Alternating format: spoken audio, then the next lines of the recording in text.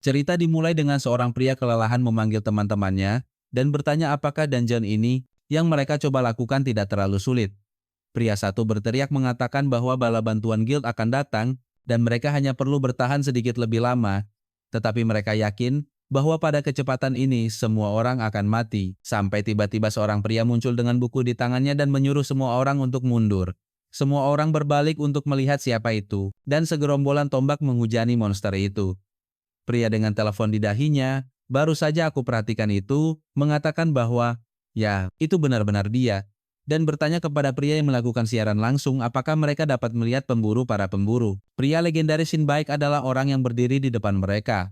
Seseorang sedang menonton ini secara langsung di ponsel mereka sekarang, dan mempertanyakan semua hal tentang pemburu para pemburu ini kepadanya yang tidak masuk akal, karena pria ini bahkan tidak bisa menghadiri kelulusan putranya sendiri.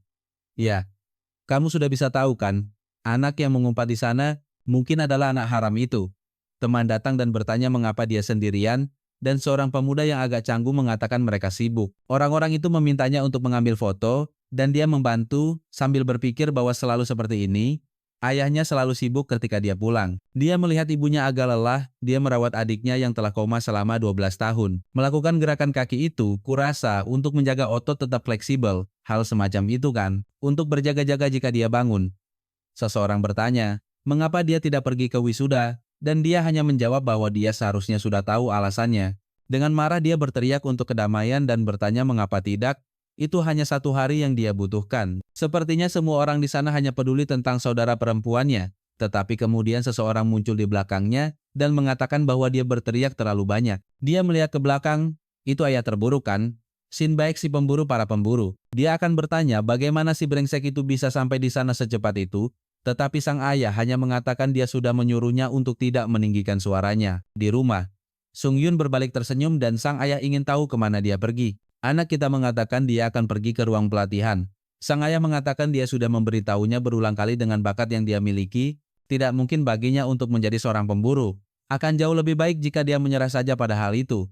Tentu saja, itu hanya membuat anak itu semakin termotivasi dalam pelatihan. Pelatih sejati mengatakan bahwa hari ini dia lebih intens dari biasanya. Keduanya terkunci bahu-membahu, sampai pria itu melakukan gerakan, dan anak kita harus mundur. Wah, dia mengeluarkan sedikit puncak kekuatan kurva di sana.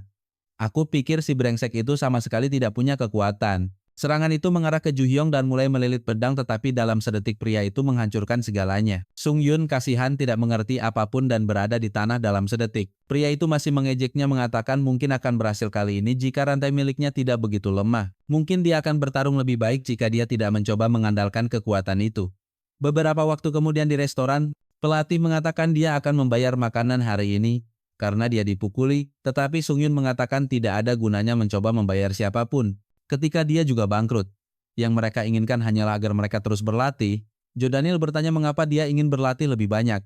Tes untuk Akademi Pemburu sudah selesai jadi mereka hanya harus menunggu hasilnya, tetapi Sung Yun berteriak tidak. Sebagian besar pesaing memiliki banyak kemampuan atau adalah regresor. Sekelompok orang sudah kembali dari masa depan tetapi bagaimana garis waktu itu bekerja? Jelaskan itu kepada kami. Sung Yun ada di sana berteriak, mengatakan bahwa dengan kemampuan sampah yang dia miliki, tidak mungkin baginya untuk menjadi seorang pemburu dan jika dia ingin ayahnya mengakuinya, dia tidak bisa hanya duduk di rumah beristirahat.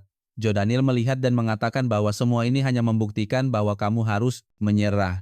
Dia sudah menyadari bahwa anak itu bahkan tidak tampak nyaman di rumahnya sendiri. Pada tingkat ini, segera kamu tidak akan punya tempat untuk kembali ketika keadaan menjadi sulit di luar. Dalam hujan seorang reporter sedang berbicara, mengatakan sudah 100 tahun sejak monster muncul. Beberapa dekade telah berlalu sejak makhluk menjijikan itu mulai menyamar sebagai manusia. Mereka mengatakan mereka adalah regresor yang termasuk dalam dunia ini, tetapi itu hanya pembicaraan untuk membodohi semua orang, dan mereka perlu menjelaskan bahwa di sini bukanlah rumah orang-orang ini. Akan lebih baik jika semua orang aneh itu kembali ke neraka dari mana mereka berasal. Sementara pria itu memberikan pidato itu, Sung Yun hanya berdiri di sana dengan teleponnya berdering pesan dari tes, untuk menjadi seorang pemburu di akademi telah tiba. Dan jelas tidak mengejutkan siapapun si bodoh itu tidak lulus.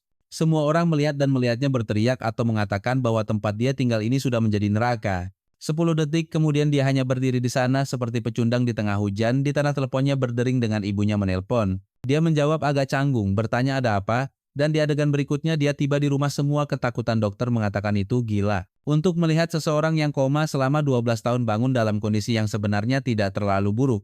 Kemudian ibu berbalik menangis ke anak laki-laki lain dan menyuruhnya untuk menyapa saudara perempuannya. Pasti saudara perempuan ini yang koma selama 12 tahun akan bangun dengan kekuatan paling rusak di dunia dan dia akan menjadi lebih kesal. Dan beberapa waktu kemudian ibu mengatakan saudara perempuannya merasa agak cemas jadi mereka harus tetap dekat dengannya agar dia mulai terbiasa dengan segalanya. Dia meminta anak kita untuk mengambil giliran tetapi dia mengatakan dia juga memiliki banyak hal untuk dilakukan. Hanya karena dia lulus tidak berarti dia memiliki semua waktu luang di dunia. Ibu mengatakan itu saudara perempuannya, tetapi dia berteriak mengatakan dia bahkan tidak ingat pernah berbicara dengannya. Protagonis, si brengsek itu juga tidak membantu kita menyukainya. Sialan, urus saudara perempuanmu. Ayah menyuruhnya untuk memperhatikan apa yang dia katakan, tetapi anak kita berdebat kembali dengan mengatakan orang yang perlu memperhatikan apa yang mereka katakan adalah dia. Dia tidak pantas mendapatkan semua perdebatan ini. Saudara perempuan itu mengatakan dia tidak menyukai ini, dan mulai menangis. Ibu pergi untuk menghibur gadis itu, dan anak kita hanya berdiri di sana seperti orang idiot. Setelah mengatakan banyak omong kosong setelah itu, dia mulai menghabiskan setidaknya 3 hari penuh di rumah sakit bersama dia. Anak kita menyadari ibu ingin dia semakin dekat dan dekat tetapi cara saudara perempuan itu melirik ke samping padanya, kita bisa tahu anak kita tidak terlalu menyukainya. Di luar sana, dia dengan rantai lelahnya seperti biasa si brengsek setidaknya tidak berhenti berlatih. Bertekad bahkan setelah tidak diterima mengetahui bahwa pelatihan ini tidak akan membuat perbedaan sampai suatu saat dia memasuki ruangan dan tempat tidurnya kosong. Di luar saudara perempuannya sedang duduk di bangku ketika dia tiba dan memanggilnya. Dia terkejut dan berteriak. Dia bertanya apa yang dia lakukan di sana dan mengatakan padanya dia tidak bisa menghilang begitu saja. Saudara perempuan yang bernama Soyeon agak malu meminta maaf mengatakan dia merasa agak sesak di sana dan bertanya apakah dia setidaknya bisa tinggal di luar sebentar. Dia tampak sedikit terganggu mengatakan tidak apa-apa, jadi dia duduk di sana di sampingnya bermain-main dengan teleponnya. Tiba-tiba saudara perempuan itu bertanya apakah dia membencinya. Dia sedikit terkejut bertanya mengapa dan dia mengatakan dia tampak agak menakutkan. Dan bahwa dia lebih seperti ayah mereka sekarang dan dulu lebih imut. Anak kita menjelaskan bahwa terakhir kali mereka berbicara dia berusia 5 tahun dan dia bahkan tidak ingat seperti apa dia saat itu. Soyeon mengatakan dia juga tidak terlalu ingat. Ayah dan ibu lebih tua saudara kandung berubah sepenuhnya. Dia bahkan tidak bisa pergi ke sekolah karena suatu alasan dia merasa seperti dia sendirian di dunia ini kembali pada anak kita di hati. Kan teman-teman itu juga merasa sendirian? Setelah semua, dan kemudian dia bertanya omong kosong apa yang dia katakan dia memilikinya, memiliki ibu, memiliki ayah. Jadi bagaimana dia bisa sendirian belum lagi dia selalu bisa mencari teman baru. Hanya karena dia tidak bisa pergi ke sekolah. Bukan berarti dia akan selamanya sendirian yang membuat anak kita berpikir bahwa pergi ke Akademi Hunter bukanlah satu-satunya jalan untuk menjadi seorang hunter. Julian yang menjadi pelatihnya tidak pernah pergi ke akademi, masih terlalu dini baginya untuk menyerah saat itu. Soyeon berterima kasih padanya dan mengatakan sebaiknya mereka kembali. Anak kita kemudian pergi dan bertanya bagaimana dia bisa sampai di sana, tidak ada kursi roda, dan otot-ototnya seharusnya benar-benar atrofi. Tetapi teman-teman gadis itu melayang, sungguh, setorkan saya 1 juta sekarang juga. Dan ini sudah jelas, sial, dia bertanya apa yang terjadi. Dan dia mengatakan bahwa selama dia tertidur, dia tinggal di alam peri. Soyeon berdiri di sana dengan mulut terbuka, mengingat reporter itu yang mengatakan bahwa orang-orang yang kembali dari dunia lain ini adalah sekelompok iblis dan ayah juga mengatakan bahwa dengan bakat yang dia miliki, dia tidak akan pernah menjadi seorang hunter. Melihatnya melayang di sana dengan tenang dan bersinar, anak itu terkejut pergi ke kilas balik untuk mencari tahu apakah anak nakal kecil ini kuat di masa lalu juga. Ibu muncul untuk memarahi kedua anak sialan yang sangat kotor. Mereka mengeluh, tetapi mengatakan bahwa besok mereka akan bermain lebih banyak dan kembali ke rumah. Namun besok adalah wilayah yang belum dipetakan bagi siapapun yang sudah di rumah. Mereka mandi, makan malam, pergi tidur. Soyeon berbaring, bertanya-tanya apa yang akan dia lakukan besok.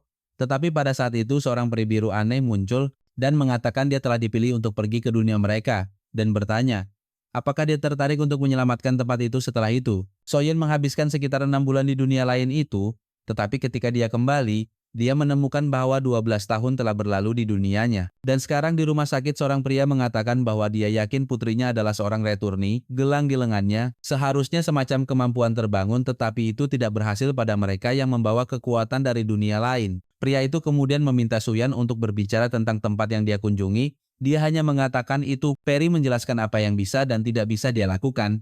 bagaimana menggunakan sihir dan pengetahuan yang dibutuhkan untuk bertahan hidup dan juga bagaimana menghadapi ratu. Pria itu sedikit bingung kan?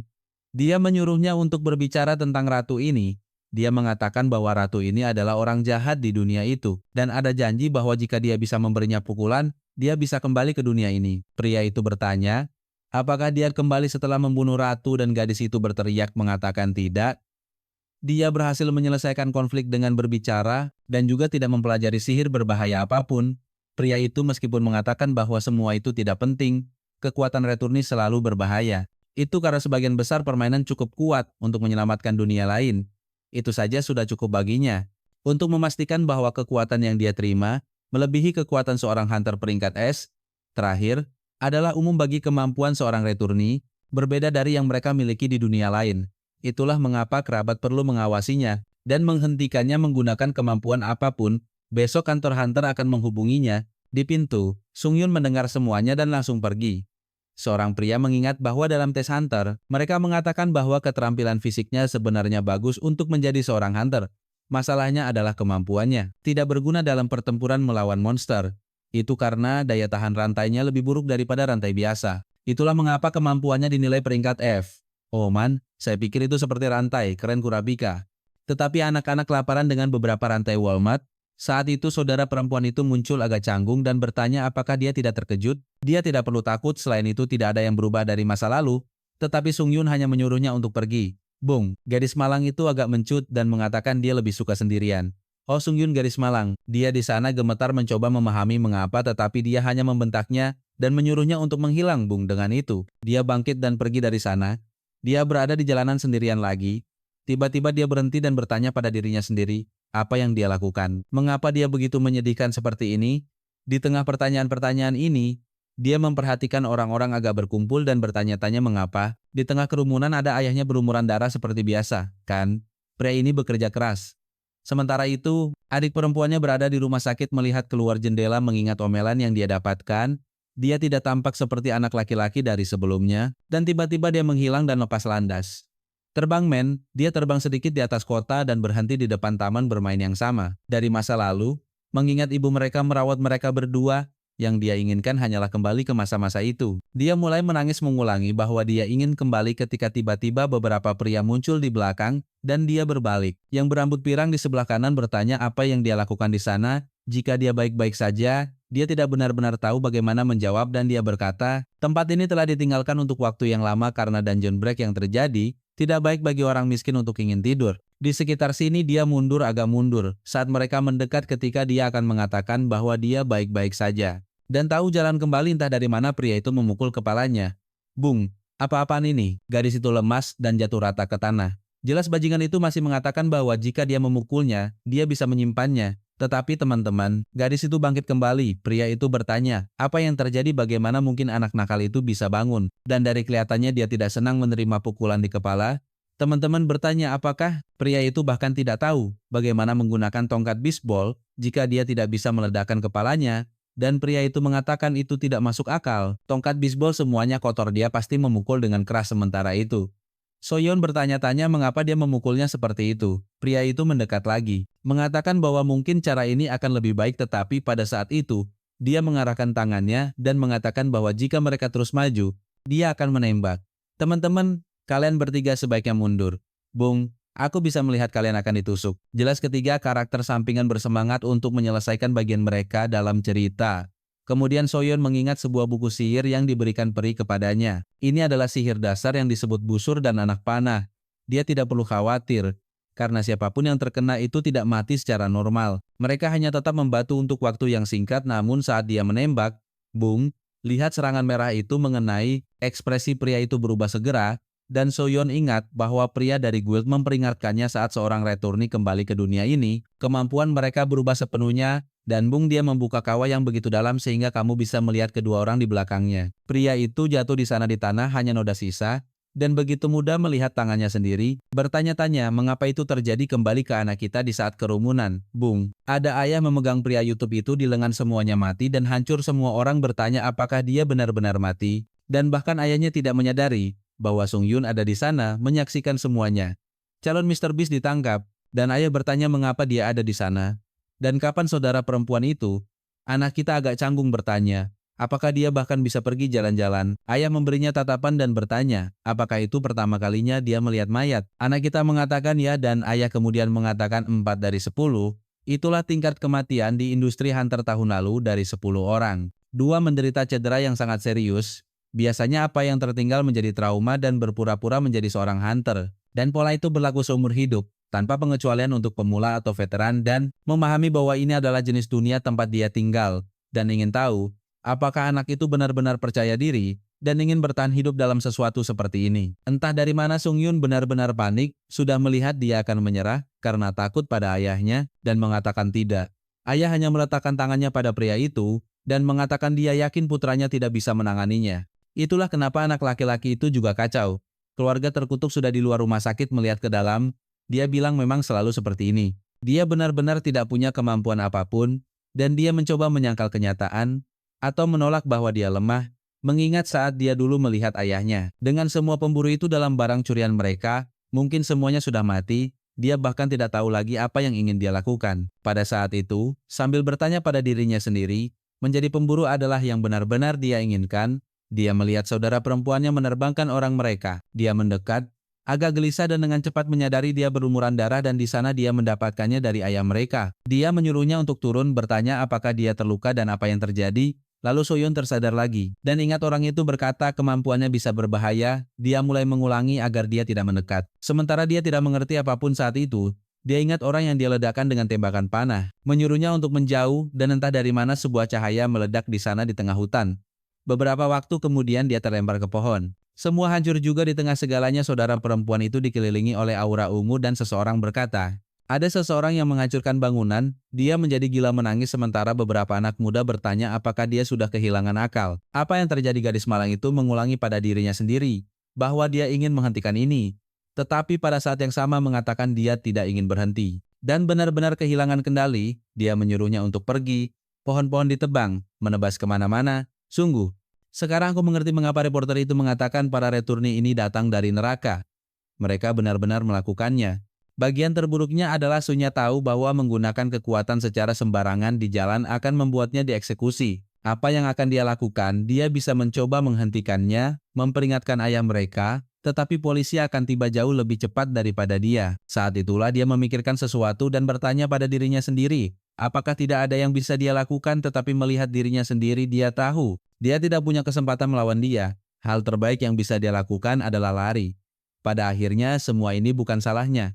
Tetapi tiba-tiba dia sepertinya melihat seorang anak kecil di sana menatapnya sementara saudara perempuannya terus menjadi gila. Mengatakan dia tidak ingin melakukan ini ketika dia membuka matanya, jika dia melihatnya berlari ke arahnya. Dengan rantai-rantai lelah itu menghindari segalanya berteriak bertanya apakah dia bisa mendengarnya dan menyuruhnya untuk tenang. Pada saat itu anak kita ingat apa yang dikatakan ayahnya tentang tingkat kematian pemburu. Dia bahkan belum secara resmi menjadi pemburu dan sudah mempertaruhkan nyawanya tetapi pada saat yang sama dia sampai pada kesimpulan bahwa mempertaruhkan nyawa adalah apa yang dilakukan seorang pemburu. Kemudian dia berteriak menyuruhnya untuk tenang dan membebaskan diri dari kebingungan itu. Soyeon mulai bertanya-tanya mengapa dia pergi sejauh ini untuknya. Dia bukan orang yang sama yang dulu dia kenal. Peri itu tiba-tiba meraih tangannya dan bertanya apa masalahnya. Dia adalah pahlawan wanita yang telah menyelamatkan dunia mereka. Tetapi Soyeon menjawab tidak. Di dunia lain itu dia hanya secara fisik seorang dewasa.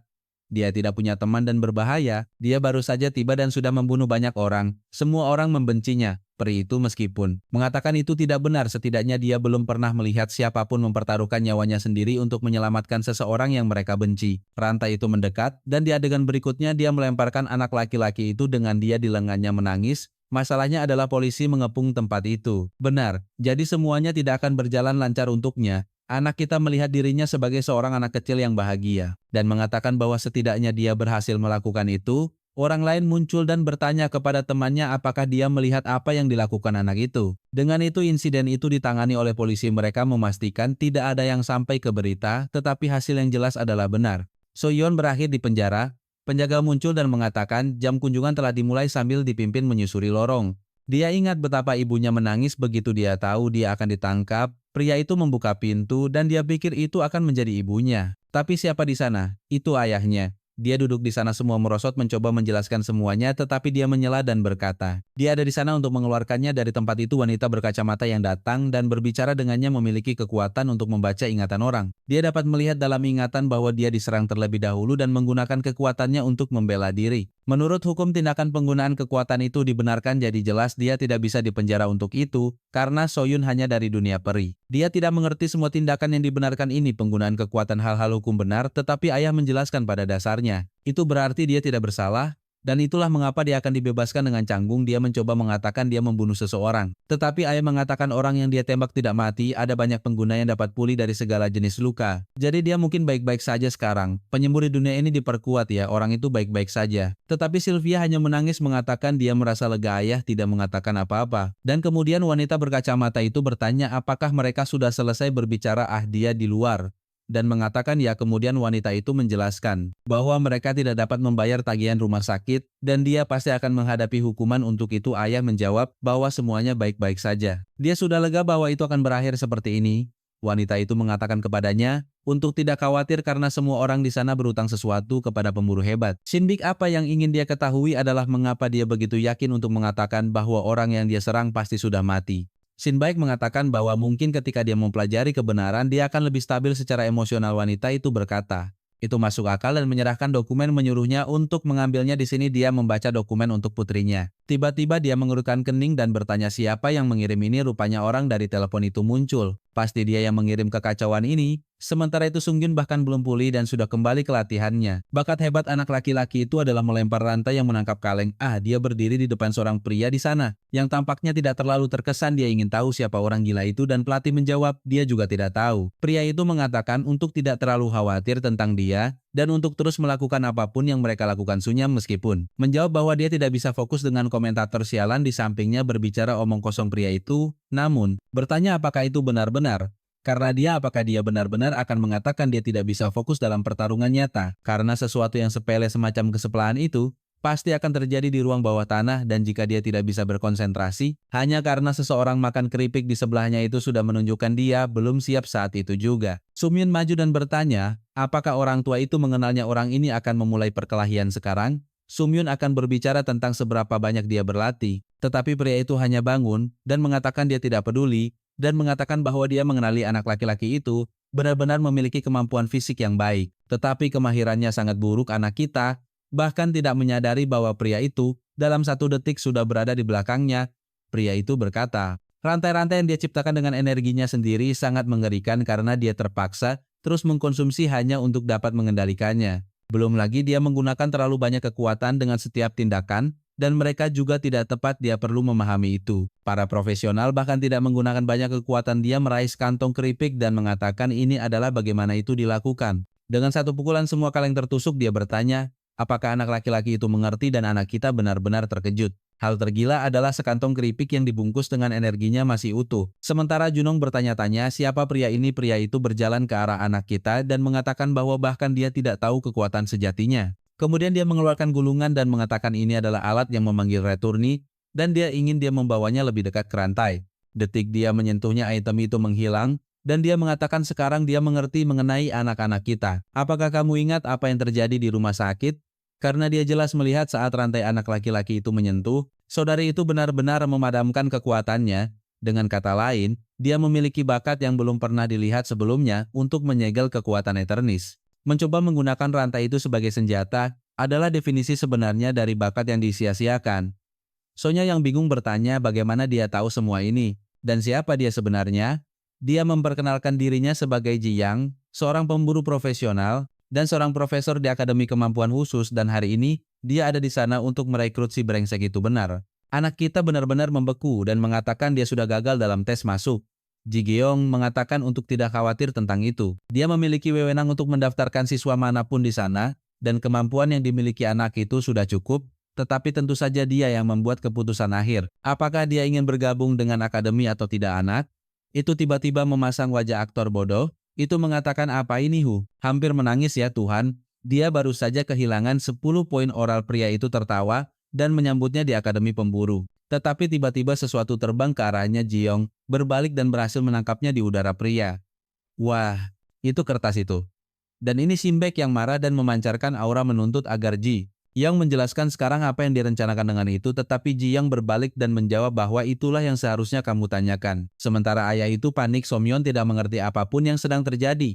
Dan sekarang Ji Yong berhadapan muka, hanya mengatakan bahwa semakin dia melihat Simbek, semakin dia menyadari bahwa dia semakin tua dan berkerut. Dia harus mulai menghadiri pertemuan. Sebelum orang lupa seperti apa, rupanya ayah itu menyuruhnya untuk berhenti mengubah topik dan menjawab apa benda itu. Ji Kyung mengatakan sudah jelas dia baru saja mengirim surat rekomendasi kecil kepada anak-anak. Jadi Yun kembali dengan kemampuan peringkat S. Dan Sung Yun memiliki kemampuan yang belum pernah terjadi. Sebelumnya ayah itu mengatakan dia tidak menerima itu untuk keduanya. Meskipun So Yun memiliki tubuh yang lebih tua, dia hanya menghabiskan 6 bulan di dunia lain. Jadi dia masih memiliki pola pikir seorang anak, dan tidak bisa pergi ke akademi seperti itu. Ji Yong bagaimanapun mengatakan dia perlu beradaptasi pria dan dialah yang selalu mengatakan itu.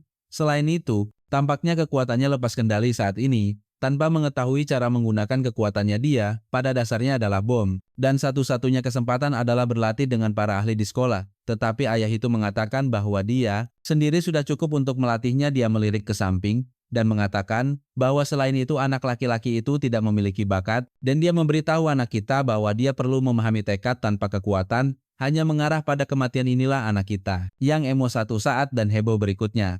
Tetapi kemudian Ji Yang mengatakan bahwa dia salah. Dia melihat dengan matanya sendiri bahwa anak laki-laki ini berani, dan melemparkan dirinya untuk menyelamatkan saudara perempuannya.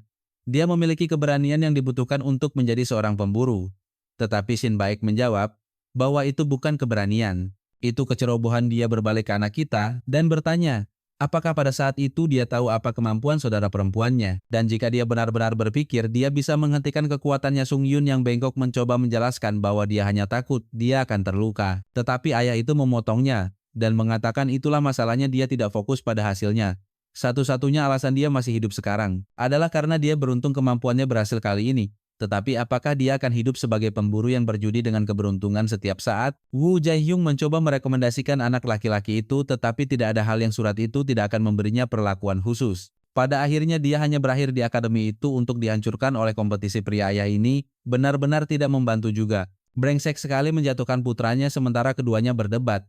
Sung Yun bertanya mengapa ayah selalu melakukan ini. Mengapa bahkan sekalipun dia tidak memiliki keberanian untuk mengatakan bahwa dia melakukan pekerjaan dengan baik, dia bahkan tidak dipuji karena menyelamatkan saudara perempuannya. Sesuatu yang seharusnya jelas, dia hampir menjadi gila di sana ketika tiba-tiba seseorang meraih lengannya. Itu June yang memuji anak kita sekarang karena seorang guru telah mengenalinya, dia lebih dekat dengan mimpinya. Anak-anak kita semua canggung mengatakan itu tidak seperti itu, atau apapun.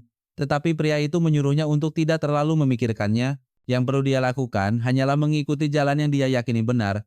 Melihat rantai di tangannya, dia mengatakan dia mempercayai pekerjaan yang telah ditunjukkan anak laki-laki itu. Dan jelas mengatakan langsung kepada ayah bahwa dia tidak boleh peduli tentang orang-orang yang tidak mengakui. Dia apalagi dengan seseorang yang tidak tahu apa-apa tentang dia. Pria, kupikir orang ini bekerja untuk ayah kan?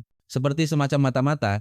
Tetapi rupanya mereka juga tidak akur, dan ayah itu mengatakan sekarang, dia mengerti mengapa anak itu begitu terobsesi untuk menjadi seorang pemburu. Pasti orang inilah yang merupakan idiot yang memberinya harapan palsu ini. Aura ayah membuat pria itu mulai berkeringat dingin, tetapi anak laki-laki itu menampar wajahnya. Sambil dalam hati berterima kasih kepada guru karena telah membantunya menjernihkan pikirannya, dan dia mengatakan bahwa pada awalnya, dia benar-benar hanya ingin menjadi seperti ayahnya. Dia ingin diakui dan membuktikan bahwa dia bisa menang. Dia hanya memikirkan hal-hal menyedihkan seperti itu.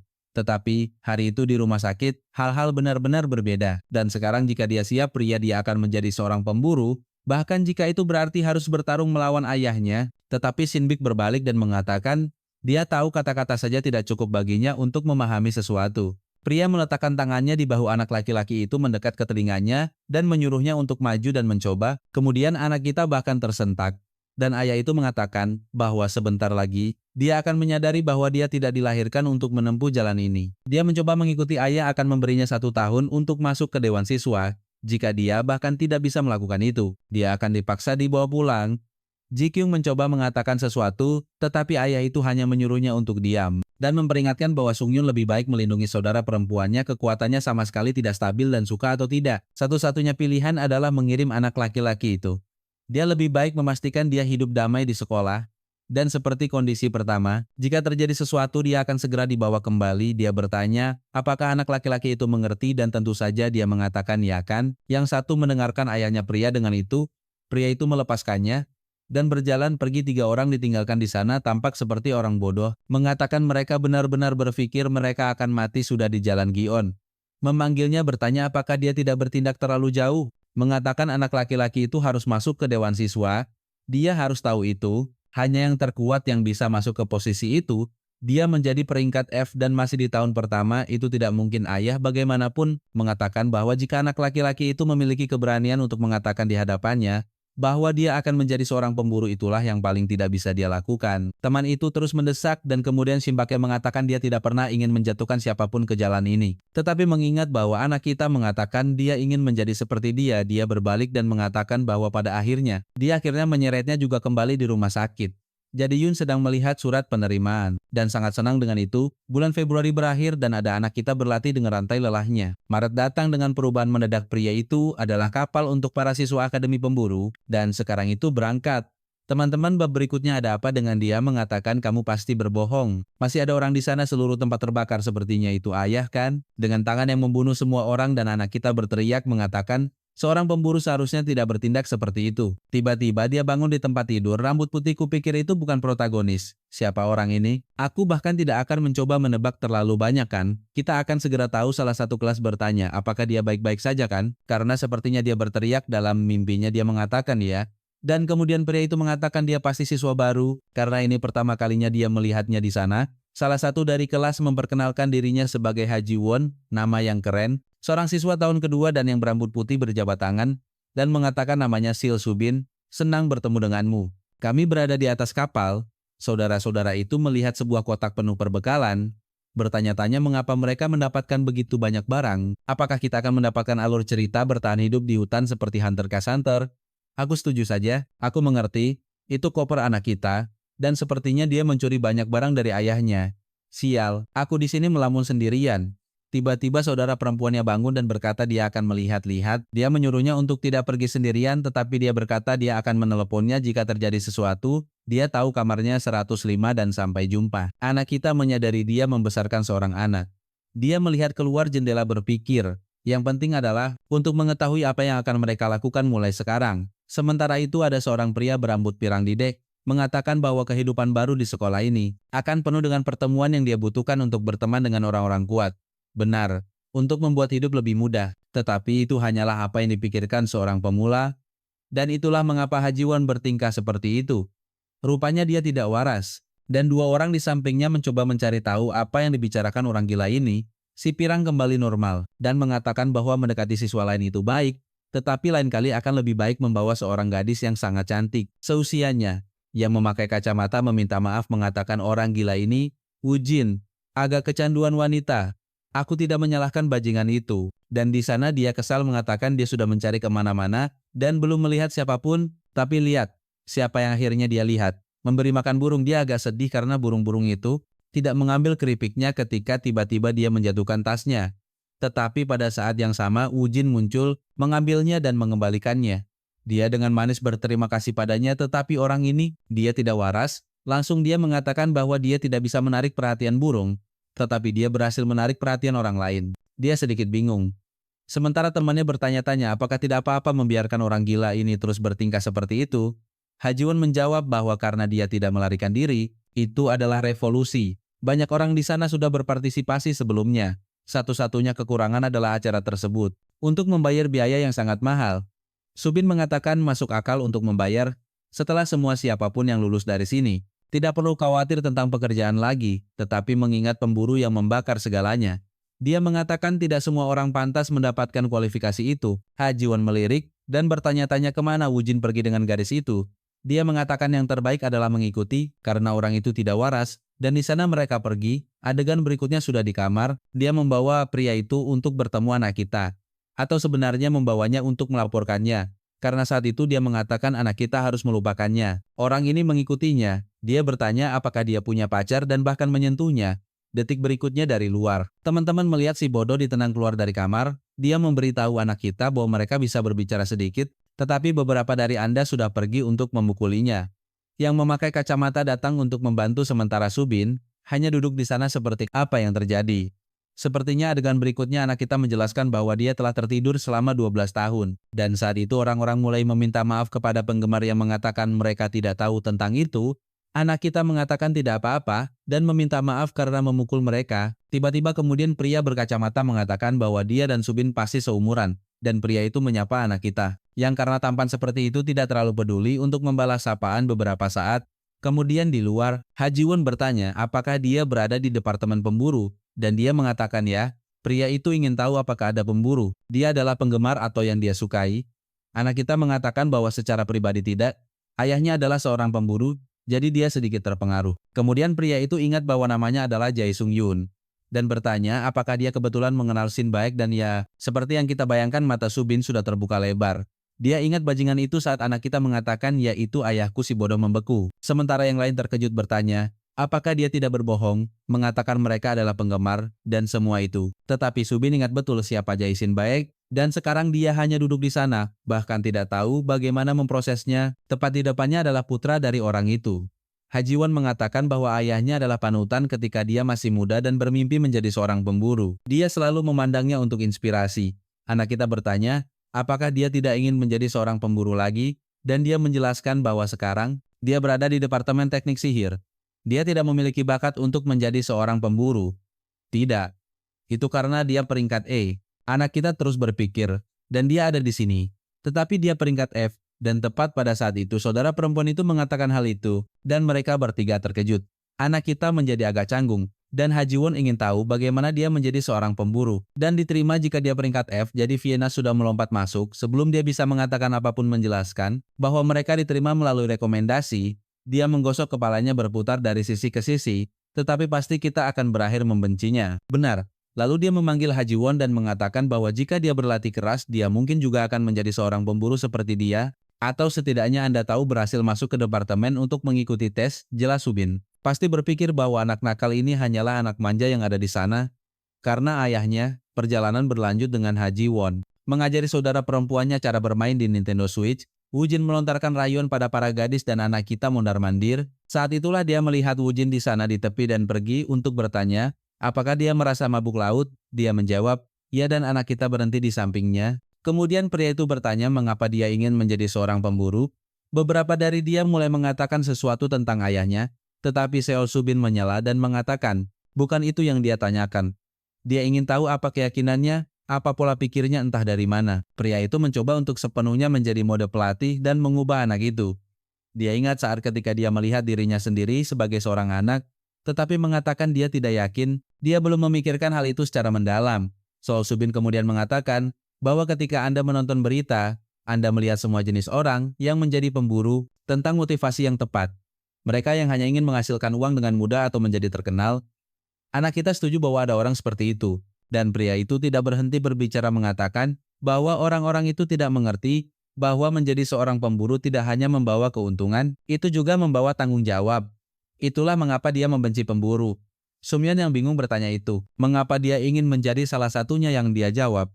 Bahwa dia ingin menjadi seseorang yang dapat menyelamatkan semua orang. Dan itulah mengapa dia ingin memberitahu anak kita untuk tidak pergi ke akademi. Sumyeon berhenti sejenak dan bertanya, apa yang dia bicarakan? Subin mengatakan itu konyol bahwa dia memberitahu Haji Won, dia bisa menjadi seorang pemburu bahkan sebagai peringkat E. Saat seseorang terbangun itu saja peringkat mereka ditetapkan dan tidak pernah berubah selain itu. Masuk ke akademi ini sangat mahal, kecuali Anda memiliki koneksi atau Anda seperti dia, dengan ayah yang kaya untuk membayar semuanya. Huffman sedikit yang dia tahu bahwa ayah tidak benar-benar mendukung, Simeon segera memberitahunya untuk berhati-hati. Dengan cara dia mengatakan sesuatu selain itu dia ada di sana karena dia membangkitkan kekuatannya setelah banyak pelatihan. Sol Subin menjawab bahwa membangkitkan kekuatan tidak ada hubungannya dengan kerja keras. Jika dia membangkitkan kekuatan yang tidak dia miliki sebelumnya, itu hanya berarti dia tidak tahu apa yang dilakukannya atau tidak menyadari dia memilikinya. Yang terjadi hanyalah bahwa karena keberuntungan dia akhirnya menggunakannya, fakta bahwa dia mendapat rekomendasi untuk masuk ke tempat ini, bahkan sebagai peringkat F, dan bahkan fakta bahwa dia Sil Subin juga ada di sana. Semuanya karena mereka beruntung dan mengatakan, dia akan menjadi seorang pemburu tanpa mengenali sesuatu yang begitu jelas. Hanya menunjukkan betapa tidak dewasanya dia, dan bahwa secara mental dia benar-benar berada pada tingkat yang sama dengan saudara perempuannya. Jelas sekali anak kita sudah masuk untuk melayangkan pukulan, sepertinya akan mengenai wajahnya langsung. Tapi aku tidak tahu apa yang terjadi di sana. Orang itu masih berdiri tanpa tersentuh, lebih buruk dari itu. Sang adik kaget, dan ketika dia melihat ke samping, anak kita sudah tergeletak di tanah. Dia bertanya apa yang terjadi, dan Subin bilang dia tersandung entah dari mana. Tapi dia baik-baik saja. Tapi Sun Hyun tidak tahu apa yang terjadi. Tepat pada saat pukulannya akan mendarat di wajah orang itu, lintasannya berubah dan dia berakhir di lantai. Dan si brengsek itu masih menoleh ke anak kita, dan mengatakan bahwa orang seperti dia yang tidak bisa mengendalikan diri dan hanya berkeliling memukul seperti itu hanya akan menodai reputasi pemburu. Dia berbalik sambil berkata jika dia punya otak, dia akan menyerah saja. Tapi kemudian sesuatu meraih kakinya, itu rantai porselen anak kita lagi. Sang adik kaget dan sekarang, Sudan yang tergeletak di lantai, dan kemudian protagonis mengatakan bahwa mungkin ya, dia berakhir di tempat ini karena keberuntungan belaka, tapi tidak mungkin dia akan menyerah dengan sukarela. Sudan mengatakan dia bisa tinggal di sana selama yang dia mau. Tapi dengan peringkat yang dia miliki, dia tidak akan bertahan dan anak kita hanya menjawab bahwa aku ingin melihat tengah malam itu mereka akan bertemu untuk beberapa hal. Memanggil orang itu untuk pertemuan tengah malam. Anak ini apa? Duel romantis. Beberapa waktu kemudian hujan mulai turun dan Sodion mengingat peri itu. Mengatakan dia tidak ingin menghilang. Dia tiba-tiba bangun dan melihat dia sendirian di kamar. Bangun dan memanggil Sodion. Tapi menyadari dia tidak ada di sana. Jadi dia ada di lorong, bertanya-tanya kemana dia pergi sambil ketakutan. Tiba-tiba dia dikejutkan oleh Woo Jin. Tepat di belakangnya bertanya apa yang dia lakukan di sana. Dia menjawab dengan menanyakan hal yang sama. Dan dia mengatakan mereka sedang melalui beberapa hal di sebuah ruangan dan mengundangnya untuk ikut. Dia menjadi sangat senang dan berkata ya. Dan melupakan semua tentang anak kita yang sudah tiba di ruangan itu. Ada sekelompok kecil yang tertawa. Mungkin istri pertama kita. Begitu Woo Jin melihat wajah gadis itu, dia menjadi canggung dan aneh. Tiba-tiba dia berbalik dan memberitahu temannya Eunbi bahwa dia akan pergi. Temannya bertanya mengapa, dan dia mengatakan dia tidak menyebutkan bahwa gadis itu akan ada di sana. Adik anak kita sudah masuk dengan gembira mengatakan tempat itu penuh dengan makanan. Gadis berambut oranye itu menyuruh Woo Jin untuk tidak hanya berdiri di sana seperti orang idiot dan ikut duduk juga. Dengan kesal dia berkata baiklah dan bergabung. Gadis itu bertanya siapa orang baru itu. Dan dia menjawab bahwa dia adalah teman dari seorang teman atau semacamnya. Dan ketika Suun menyapa, yang lain tidak terlihat senang sama sekali. Apa yang terjadi? Banyak drama di kapal ini. Puri agak bingung tentang Suun yang ada di sana, dan bertanya kemana Suun pergi. Dia mengatakan dia tidak tahu ketika dia bangun dia tidak ada di sana, dan tentu saja Puri juga memperhatikan Subin, tidak ada di kamar ditambah interaksi di antara mereka tampak agak aneh. Mungkin ada sesuatu yang terjadi di antara mereka berdua. Pada saat yang tepat itu keduanya saling berhadapan, dan anak kita ingin tahu mengapa orang lain memakai jas hujan. Subin mengatakan jelas karena sedang hujan, tetapi bagaimana dia akan bertarung sambil memegang payung. Anak kita berkata, itu cara terbaik untuk menjauhkan air dari tubuhnya. Keduanya saling menatap, keduanya bertanya-tanya apakah yang lain idiot kan? Kemudian keduanya juga mulai mengaktifkan kekuatan mereka. Dan Subin mengatakan bahwa kekuatan yang dia miliki adalah roh air. Saat itu hujan, dan mereka dikelilingi oleh laut di tempat seperti itu. Kekuatannya diperkuat, dan jika dia kehilangan kendali, anak kita bisa mati. Tapi Sung Yun hanya melempar payung ke samping dan bertanya bukankah dia yang ingin memulai ini di detik yang sama. Orang itu berkata, baiklah kalau begitu, roh air mulai terbang ke arah Sung Yun dan menembakkan ledakan, laser. Dia menghindar yang mengejutkan orang itu, kemudian mengaktifkan rantai dan melemparkannya ke arahnya. Orang itu mengatakan itu mengesankan. Tapi tentu saja rantai itu mudah dihancurkan untuk saat ini, Frank. Itu tidak buruk, itu hanya aneh. Bahwa rantai itu lebih lemah dari rantai asli. Sung Yun sudah kaget. Si brengsek itu memiliki dua roh. Aku hanya di sini untuk mengatakan bahwa dengan apa yang dia gunakan, dia tidak akan mencapai apapun. Resistensinya sangat rendah. Itu bahkan tidak bisa digunakan untuk menyerang atau bertahan. Sekarang ada anak kita melakukan jungkir balik menghindari segalanya. Satu-satunya hal yang dia miliki. Sekali lagi dia menarik rantai meluncurkan serangan lain tetapi benda itu hancur menabrak dinding. Dan si brengsek itu bahkan bertanya, apakah itu satu-satunya taktik tidak berguna yang dia miliki? Dia seharusnya menyadari sekarang bahwa dia belum mengambil satu langkah pun sejak ini dimulai. Sudah waktunya dia mengerti mengapa dia tidak pantas berada di tempat ini. Anak itu mengatakan bahwa justru karena dia belum bergerak atau mengambil satu langkah pun, sehingga dia tidak menyadari ketika orang itu melihat ke bawah. Ada beberapa rantai kecil di dekat sepatunya. Dan bagian terburuknya adalah anak kita sudah mengaitkannya ke kisi-kisi. Sebelum orang itu bisa melakukan apapun dan menariknya ke belakang ke dinding dan anak kita mengatakan bahwa dia hanya menggunakan taktik yang sama, karena itu satu-satunya hal yang bisa dia lakukan. Aku pikir dia akan menjatuhkan kalimat epik, tapi anak itu hanya mempermalukan dirinya sendiri sekarang. Ya dia benar-benar mempermalukan si bodoh itu dengan mengatakan bahwa dia menggertak rupanya, karena dia tampaknya tidak memiliki peringkat setinggi itu. Itu karena jika dia melakukannya, dia tidak akan dipukuli oleh peringkat F seperti dia. Subin kemudian mengubah ekspresinya dan mengatakan bahwa baiklah aku akan mulai menganggap ini serius. Seung-yeon menyuruhnya untuk datang saja. Tapi sekarang kita kembali ke kamar dengan pria kekar itu mengatakan ini adalah pencurian. Sepertinya gadis di sana menarik peringkat SS. Karakter penuh dengan statistik baja dan semua itu, dan dia agak canggung mengatakan dia hanya beruntung. Jadi Ian bertanya apa ini tapi mereka datang menjelaskan. Ini adalah permainan papan. Tampaknya menganalisis kekuatan orang yang membuatnya dan karakter tersebut agak cocok dengan itu. Jadi garis itu ada di peringkat S. Rusak sekarang giliran Ha Ji-won yang mengklik tombol kecil dan membuat penyihir peringkat B. Apa aku tidak terlalu menyukai konsep game ini bro? Game ini seharusnya keren. Itu akan menjadi sampah. Tinggalkan saja itu untuk kehidupan nyata. Tapi Ha Ji-won menjelaskan bahwa teknologi yang sama yang digunakan dalam game ini adalah yang dia gunakan dalam peralatan pelatihan. Orang tua dia menyerahkannya kepada Soun dan menyuruhnya untuk mengujinya.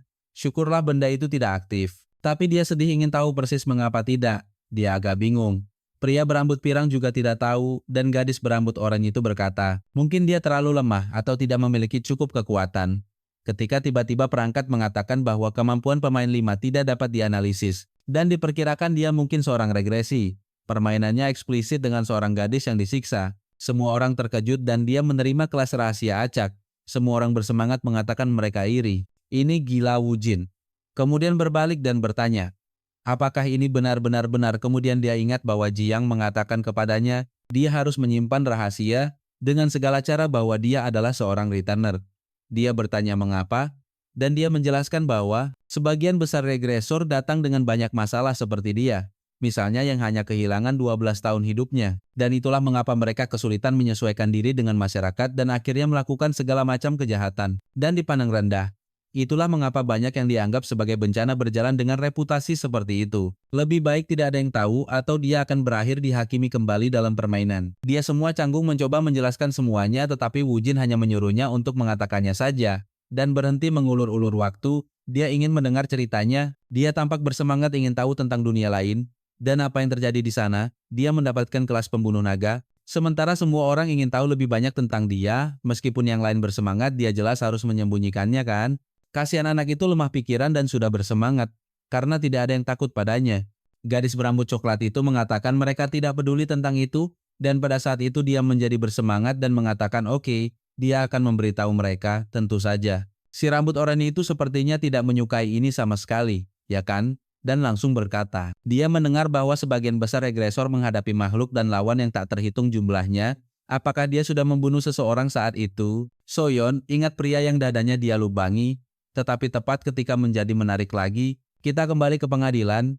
Subin mengatakan sayang sekali karena meskipun teknik dan strateginya bagus, semua itu tidak cukup karena dia berakhir di lantai, dan dengan itu dia pasti menyadari bahwa terkadang kekuatan mudah yang didapatkan beberapa orang lebih kuat daripada kerja keras semua orang. Itulah mengapa banyak yang menyerah pada impian mereka, karena peringkat yang rendah. Sementara yang lain sudah menunjukkan saudara perempuannya, mendapatkan kemampuan entah dari mana dan menjadi tak tersentuh. Begitulah dunia ini, jadilah keluarga yang berkuasa, koneksi, bahkan kemampuan, ada batasan yang jelas untuk apa yang bisa dicapai seseorang hanya dengan kekuatan yang dibangun. Ketika dia memasuki Akademi Hunter, dia akan mengetahui bahwa ada orang yang jauh lebih buruk, lebih kejam, dan lebih kuat darinya. Dengan kata lain, pada akhirnya dia hanya akan menderita di sana. Anak kita ini mengatakan bahwa ayahnya bahkan bukan peringkat S atau peringkat A ketika dia memulai. Meskipun begitu, dia sudah mencapai lebih dari siapapun yang berperingkat A atau di atasnya. Dia membersihkan banyak sekali dungeon peringkat A dan S dan menyelamatkan banyak orang. Semua yang dia lakukan pada dasarnya melalui usaha murni.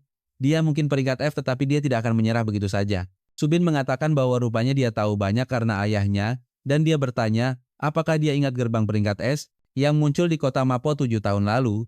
Sung-yeon mengerutkan kening dan bertanya mengapa dia tiba-tiba membahas itu entah dari mana. Dan pria itu menjawab bahwa gerbang itu berakhir dengan banyak korban, bukan hanya karena monster, tetapi banyak orang juga meninggal karena kekuatan Hunter. Protagonis bertanya mengapa dia membahas itu, dan Subin mengatakan itu karena tidak ada yang mengkritik lagi. Apa yang terjadi saat itu? Someon hendak mengatakan bahwa para hunter punya alasan, tetapi Subin menyela dan mengatakan bahwa ayahnya yang membunuh adik perempuannya, dan itu konyol baginya untuk mengatakan itu. Dia tidak punya pilihan selain mengorbankan sekelompok orang untuk menyelamatkan beberapa orang.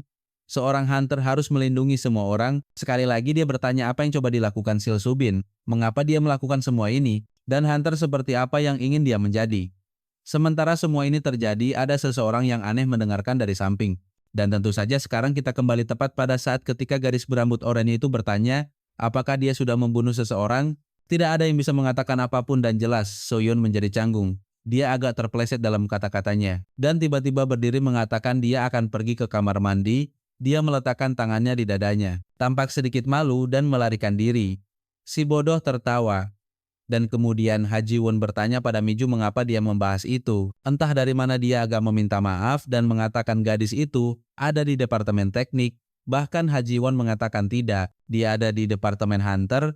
Tiba-tiba gadis itu mengubah ekspresinya dan mengatakan bahwa kalau begitu dia belum siap. Seorang hunter bukanlah seseorang yang hanya harus membunuh makhluk. Terkadang mereka perlu membunuh orang lain. Merenggut nyawa adalah bagian dari pekerjaan. Dan dengan pola pikir itu dia belum siap untuk berada di sana. Jadi kemudian pergi ke bagian lain dari perahu, jantungnya berdebar kencang, dan dia terus bertanya-tanya mengapa dia melarikan diri. Yang harus dia katakan hanyalah bahwa dia belum membunuh siapapun tetapi hanya memikirkan saat itu. Ketika dia menggunakan panah itu membuat jantungnya berpacu, dia masih merasa seperti dia tidak pantas berada di sana. Sekali lagi dia ingat peri itu, dan bertanya-tanya apakah dia benar-benar bisa mendapatkan teman baru. Saat itulah seseorang muncul di sampingnya. Itu adalah gadis yang ada di sana di game juga mengatakan halo dan memperkenalkan dirinya sebagai Haji Won. Dia bertanya apakah dia ingin kembali dan bermain di sana, di kamar. Tetapi Soyeon hanya mengatakan tidak. Gadis itu mengatakan sayang sekali karena ini pertama kalinya dia melihat seseorang mendapatkan kelas rahasia. Soyeon meminta maaf tetapi mengatakan dia tidak yakin apakah dia ingin berpartisipasi.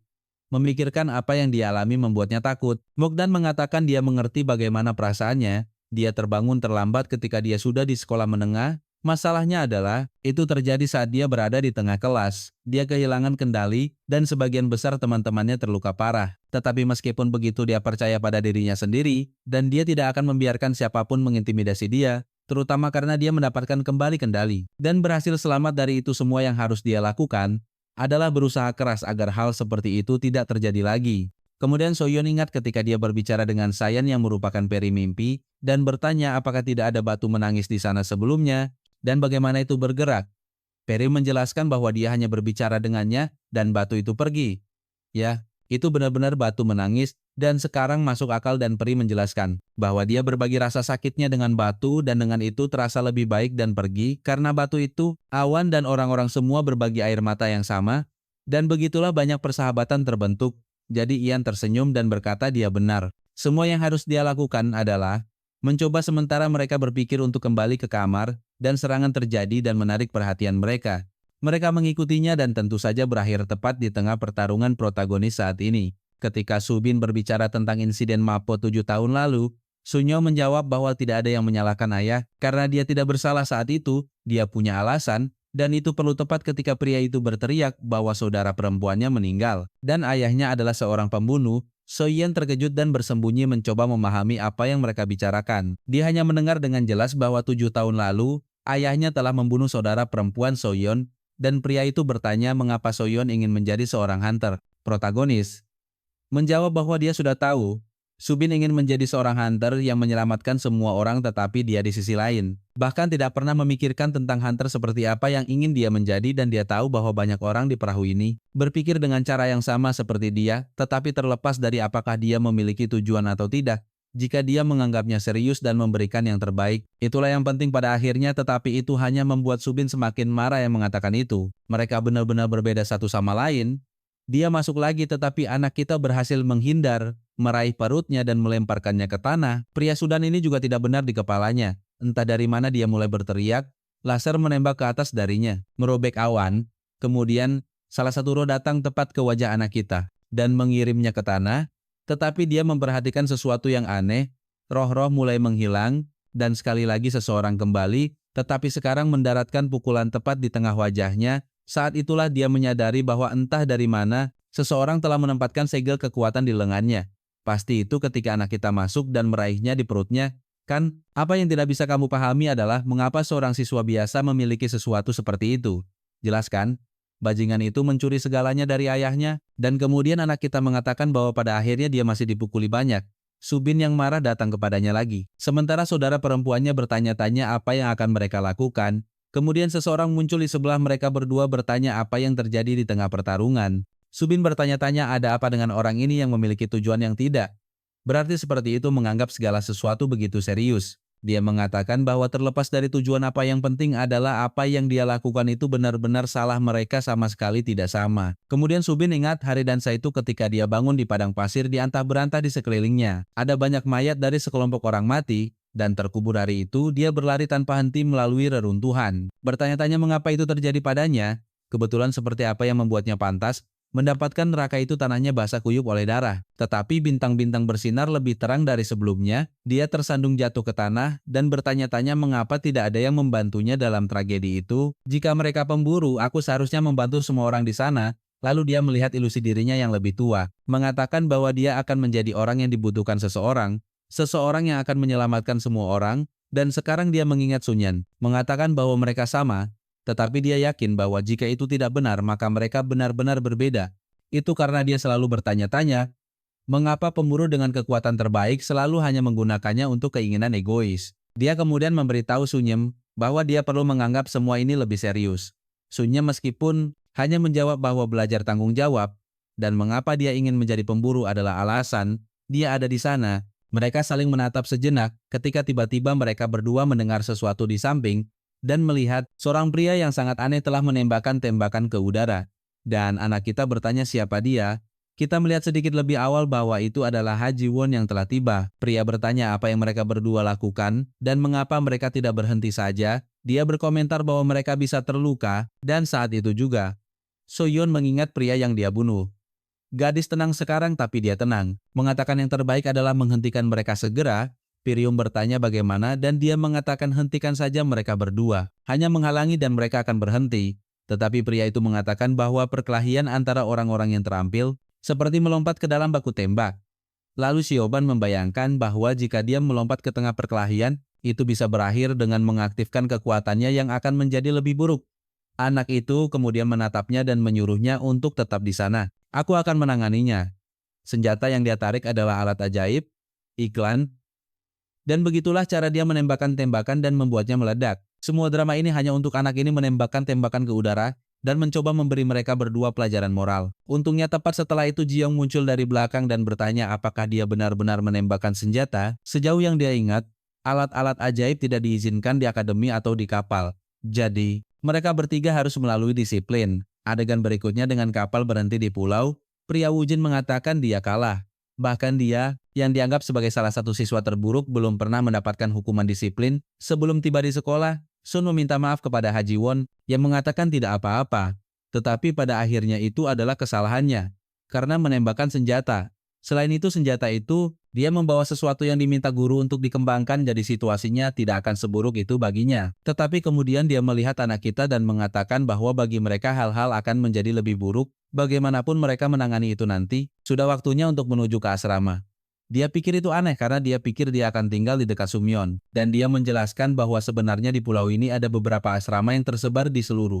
Saat itulah Soliam mulai takut berada di dekat garis midu itu, dan para gadis melihat ponsel mereka, dan melihat bahwa setidaknya dia dan saudara laki-lakinya berada di asrama yang sama tepat ketika dia menyebutkan nama tempat itu yang sangat aneh. Seseorang menjatuhkan kopernya ke tanah, itu adalah Subin dan jelas dari raut wajah mereka. Kalian pasti berada di tempat yang sama. Mereka hanya berdiri di sana, tampak bingung sampai seorang wanita muncul mengatakan hai, dan memperkenalkan dirinya sebagai Yun dan bahwa dia adalah pengawas asrama mereka.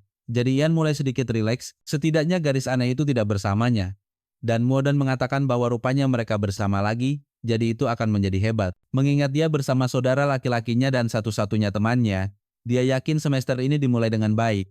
Lalu kita melihat sekitar 100 tahun yang lalu, di era kacau ketika monster melahap orang dan pengguna kemampuan jahat berkeliaran di dunia dengan bebas. Saat itulah seorang pria memiliki ide untuk membuat pusat pendidikan bagi pengguna kemampuan.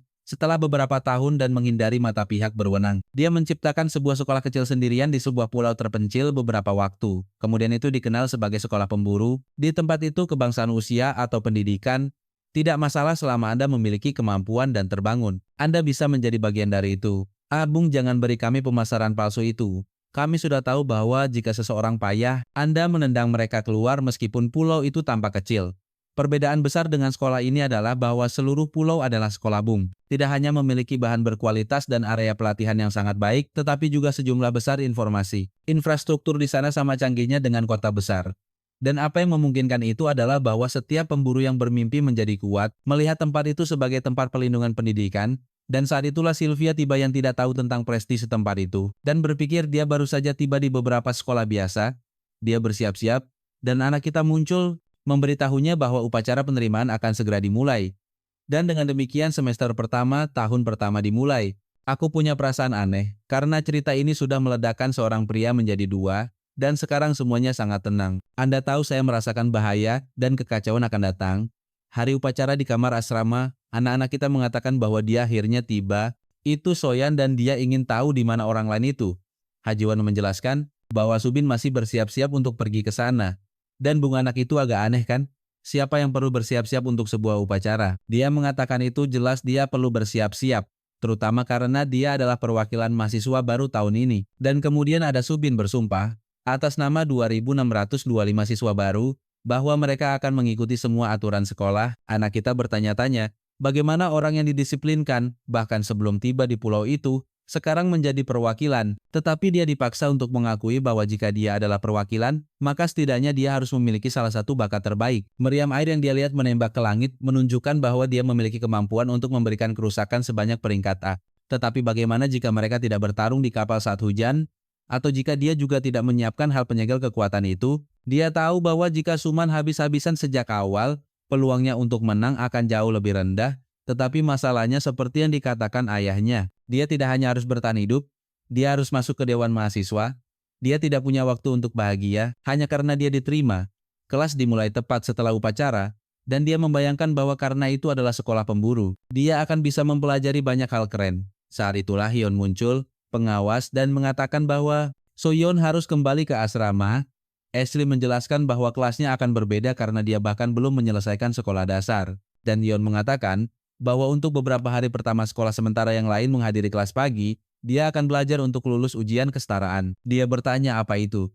Dan wanita itu mengatakan itu hanya dasar-dasarnya. Dia harus belajar matematika Korea, bahasa Inggris, studi social science, dan semua hal itu jelas gadis malang itu sudah membencinya. Karena dia pikir dia ada di sana untuk menggunakan kekuatan. Tetapi dia sudah berada di dalam mobil dan pergi beberapa waktu. Kemudian itu adalah kelas pertama anak kita. Hal pertama yang akan dipelajari Safadi adalah etika pemburu anehnya. Semua orang punya benda merah kecil ini di telinga mereka. Dan Subin bertanya-tanya di mana gurunya jika kelas dimulai dalam 1 menit. Jelas harus menjadi salah satu tipe tepat waktu. Bung begitu jam, menunjukkan siang pintu terbuka seseorang dengan rambut masuk. Semua orang melihat dan melihat orang-orang di semacam hoverboard, Bung. Semua orang melihat dan Bung maksudku. Aku bilang hoverboard tapi itu benar-benar satu. Aku tidak menyangka bajingan itu akan masuk seperti itu.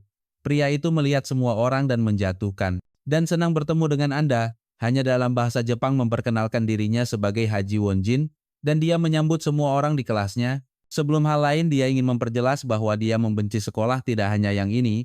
Tetapi sebagian besar institusi menempatkan 40 orang dalam satu ruangan adalah puncak dari ketidakefisienan. Karena tidak ada seorang pun yang berada pada level yang sama, terutama mengingat para siswa di sana memiliki kemampuan khusus. Dan satu sama sekali berbeda dari yang lain. Mereka juga harus keras kepala dan memiliki prinsip sendiri. Dia misalnya adalah tipe orang yang suka sangat efisien dan mengikuti alur pemikiran itu. Dia melontarkan pertanyaan pertama, sebagian besar monster kecil dan menengah dapat dikalahkan oleh peralatan militer modern. Namun demikian hanya pemburu yang dikirim ke ruang bawah tanah. Mengapa mereka berpikir begitu? Semua orang hanya saling memandang, tidak tahu apa yang harus dijawab. Dan dia mengatakan itu hanya karena ekonomi, dia mengatakan itu karena senjata dan tank sangat mahal. Dan ada kemungkinan keuntungan yang diperoleh dari batu ajaib, bahkan tidak akan menutupi biaya. Di sisi lain seorang pemburu hanya makan dan buang air. Bahkan jika mereka mengerahkan sejumlah besar kekuatan fisik, mereka masih sangat hemat biaya, dan begitulah profesi pemburu lahir. Pada akhirnya semuanya tentang uang. Itulah alasan mereka disebut pemburu dan bukan pahlawan atau superhero. Tetapi jelas bagi pemburu itu sendiri, uang bukanlah satu-satunya biaya. Di tengah pertempuran mereka harus belajar untuk menggunakan energi fisik dan mental mereka seminimal mungkin. Mereka harus dioptimalkan dan memilih strategi terbaik untuk bertarung. Jika tidak, mereka mungkin kehabisan tenaga di tengah ruang bawah tanah. Son Yeon mengingat Ji Yong, mengatakan bahwa dia menghabiskan terlalu banyak energi dalam segala hal yang dia lakukan dan guru itu berkata, tidak ada yang lebih umum dan lebih bodoh daripada mati kelelahan dalam pertempuran. Dengan kata lain, efisiensi adalah kualitas nomor satu yang dibutuhkan seorang pemburu. Dia memanggil seorang anak di depan yang sudah terkejut. Pria itu bertanya apa kemampuannya, dan dia menjawab bahwa dia adalah penyihir konstruksi. Itu seperti anak kita. Pria itu bahkan belum pernah mendengar tentang itu. Profesor ingin tahu jangkauan kemampuannya dan dia mengatakan maksimal 100 meter. Lalu profesor bertanya, jika dia dapat menguraikan biji. Dan hal-hal seperti itu dalam struktur fisik, pria itu ragu sejenak sebelum menjawab. Dan profesor segera menghujaninya dengan beberapa pertanyaan. Ingin tahu berapa kilo yang bisa dia tangani sekaligus seberapa cepat dia dapat memanipulasi sesuatu dan bahan apa yang paling baik dia gunakan, lalu menghujaninya dengan mengatakan, jika dia tidak tahu semua itu, dia adalah kegagalan, dia bahkan tidak mengenal dirinya sendiri, apalagi membayangkan memahami musuh. Dengan jumlah informasi yang dia miliki, tidak mungkin baginya untuk membangun strategi dalam pertempuran. Sun Ying hanya menonton, berpikir bahwa pria malang itu bahkan tidak melakukan apapun dan sudah hancur. Lalu Hajimaru menatapnya dan memanggil anak laki-laki berambut keriting itu. Anak kita bertanya dengan serius, dan pria itu berkata ya, menyuruhnya untuk maju dan mengatakan kategorinya. Anak kita tetap diam, dan pria itu ingin tahu mengapa semua kusut di sana. Pria itu mengatakan dia tidak tahu tentang hal-hal kategori itu. Lalu profesor itu terkejut, seperti seorang anak yang tidak tahu apa itu matematika di dunia pemburu. Bahkan Subin pun terkejut bahwa dia benar-benar tidak tahu apa-apa. Lalu anak di sampingnya mulai marah bertanya apakah dia sudah gila. Mengapa dia mengatakan dia bahkan tidak tahu kategorinya sendiri ketika hari itu di atas kapal. Dia bertingkah sok. Seung Yeon mengatakan bahwa itu adalah pertama kalinya dia mendengar tentang hal-hal penyihir konstruksi itu. Tiba-tiba menatap dengan mata lebar bertanya, apakah dia benar-benar tidak tahu apa-apa dan dia hanya pergi begitu saja mengatakan untuk melupakannya dan bahwa Anda harus fokus untuk belajar. Rupanya dia berpikir untuk mengajari anak itu tetapi menyerah dengan cepat. Dia ada di sana di tengah semua orang menatap berpikir, ada sesuatu yang aneh tentang tempat ini, tetapi lihatlah keuntungan yang dimiliki pria licik itu. Benar, dia sudah pergi berbicara dengan Ji Yong.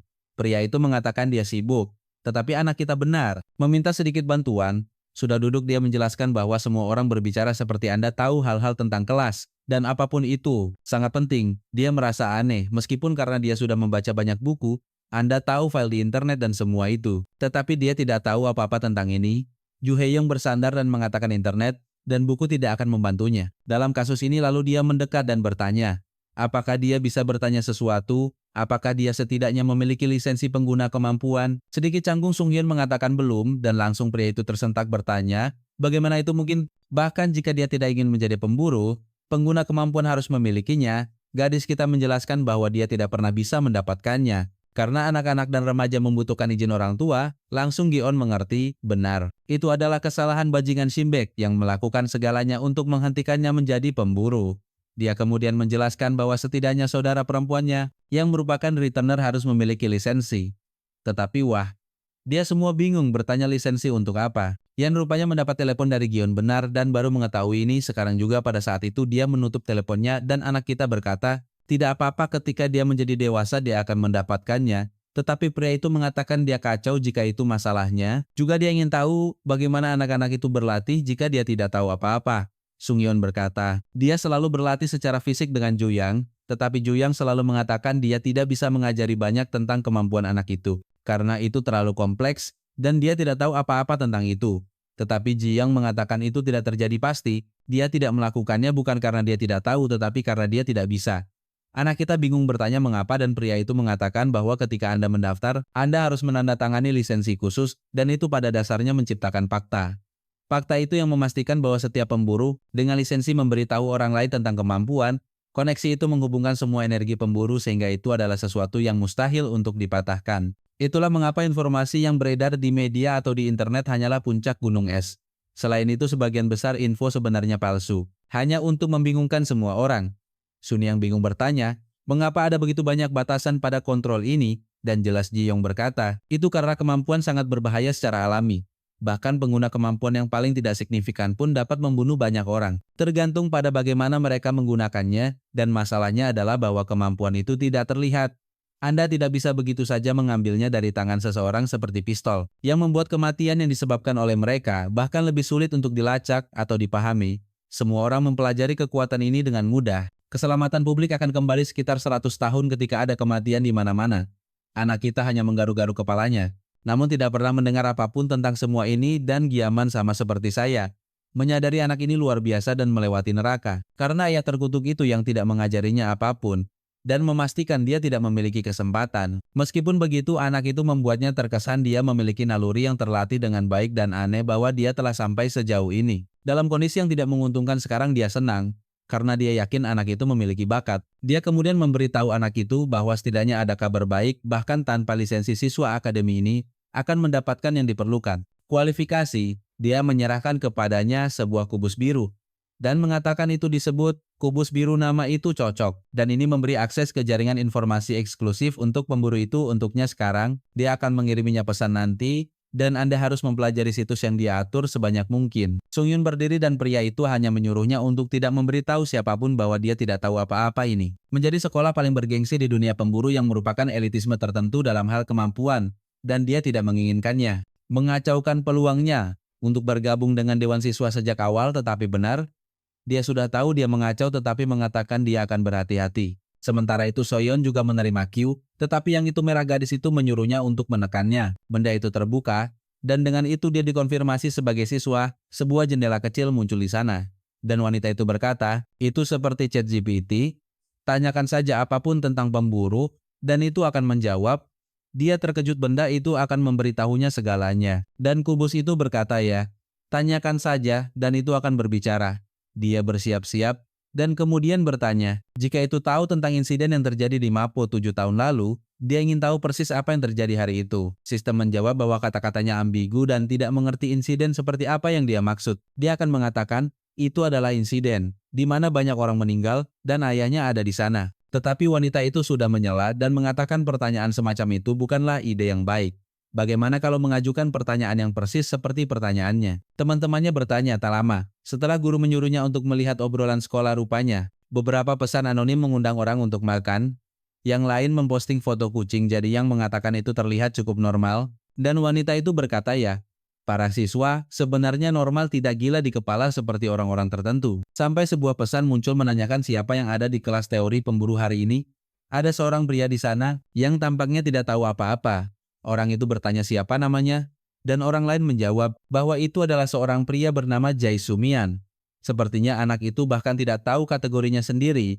Bagaimana dia bisa diterima di tempat ini? Dia sudah melihat banyak orang mencemooh anak laki-lakinya, dan beberapa bahkan mengatakan sekolah itu korup. Tetapi di sudut kecil di sebelah kanan, seseorang mengatakan dia imut.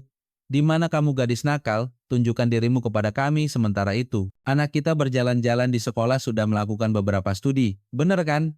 Setidaknya anak-anak itu berusaha. Sebuah pesan bertanya apakah mereka harus menyelidiki, dan sekarang seseorang berdiri di depannya, orang yang menjawab di obrolan, bahwa ada cara untuk mencari tahu. Sekarang mengatakan, hai dua reporter, bertanya apakah dia Gae Sung Yun dari Departemen Pemburu saat dia mengkonfirmasi pria itu sudah bersemangat, dan menyuruh Emily untuk mengambil kamera sial. Mereka benar-benar tidak akan membuat hidup mudah bagi pria malang yang sudah kacau, tidak tahu apa-apa, memiliki kekuatan rantai yang lelah, dan masih dibanting. Pria itu memperkenalkan dirinya sebagai seseorang dari klub jurnalisme sekolah. Mereka mengejar semua berita menarik, entah dari mana dia menyelipkan cincin ke jari anak kita. Sangat mencurigakan pria seksi. Benda itu menyala, dan anak kita bertanya, benar apa ini? Reporter itu tertawa dan mengatakan itu seperti yang dikatakan semua orang. Dia benar-benar tidak tahu apa-apa sama sekali. Benda itu adalah alat pengukur peringkat, dan itu sudah mengkonfirmasi dia peringkat F. Entah dari mana pria itu mengangkat lengannya dan mengatakan seorang peringkat F diterima sebagai pemburu. Jika dia menerbitkan ini di surat kabar, itu akan menjadi berita utama yang cukup jelas. Sementara pria itu melaporkan berita. Beberapa Yong sama sekali tidak senang dan bertanya, siapa yang mengizinkannya melakukan hal seperti itu? Tetapi pria itu hanya memegang mikrofon dan ingin tahu, trik kecil apa yang dia gunakan untuk diterima. Rumor di komunitas mengatakan dia membayar sejumlah besar uang ke sekolah. Yang lain mengatakan dia adalah putra dari beberapa pemburu yang sangat terkenal. Anak kita meskipun kehilangan itu, pergi ke reporter dan menyuruhnya untuk menurunkan kamera. Dia ketakutan dan menurut, tetapi temannya mengatakan tidak. Dia tidak bisa menyebut dirinya seorang jurnalis yang bertindak seperti itu. Sunyan hanya mengatakan hal-hal akan menjadi fisik jika dia tidak mengembalikan cincin itu. Seorang pria aneh tersenyum seperti orang gila, mengatakan jika dia ingin wawancara ini berakhir, dia harus menjatuhkannya yang tidak mungkin bagi siswa peringkat F. Tetapi di sana dia di tanah, memohon untuk dilepaskan, mengatakan dia akan mengembalikan cincin itu. Tidak perlu khawatir. Beberapa tahu, sudah bertanya-tanya bagaimana dia seharusnya masuk ke apa yang disebut Dewan Siswa ini. Dengan orang-orang seperti ini di sekitar adegan berikutnya. Sesuatu mengatakan bahwa perubahan datang dengan cepat. Ha Ji-won mengatakan makhluk itu. Tes pertempuran akan dilakukan dalam tim yang terdiri dari 3 orang atau lebih. Pria di tank top memberitahu Sum-yun bahwa timnya sudah agak penuh. Yang lain menjawab bahwa sayangnya dia juga tidak punya ruang untuk anak laki-laki itu. Dan seorang gadis berkata, mereka hanya menerima orang dengan peringkat C atau lebih tinggi. Apa yang dia miliki? Pria malang itu sudah melihat bahwa semua orang akan menolaknya. Jadi dia pergi ke profesor dan mengatakan tidak banyak yang bisa dia lakukan. Tidak ada yang menerimanya ke dalam tim pria malang. Dan Ha Ji-won hanya menjawab bahwa itulah masalahnya, dia harus melakukan tes sendirian. Dia terkejut dan kaget. Tetapi dia sudah berhadapan muka dengan monster tes. Sebelum dia bisa mengatakan bahwa ini tidak adil, dia sudah menerima satu pukulan di wajah dan menghantam tanah. Dia tahu dia akan diperlakukan seperti itu. Tetapi dia tidak menyangka hal-hal akan berubah begitu cepat. Dan dengan itu dia mendapat skor 0. Di kelas lain, seorang guru memanggil siswa Jae Sung-yun dan menyuruhnya untuk membuat strategi ruang bawah tanah. Berdasarkan apa yang tertulis di papan tulis, pria malang itu meskipun masih belajar tentang kemampuan, bagaimana dia seharusnya membuat rencana ruang bawah tanah.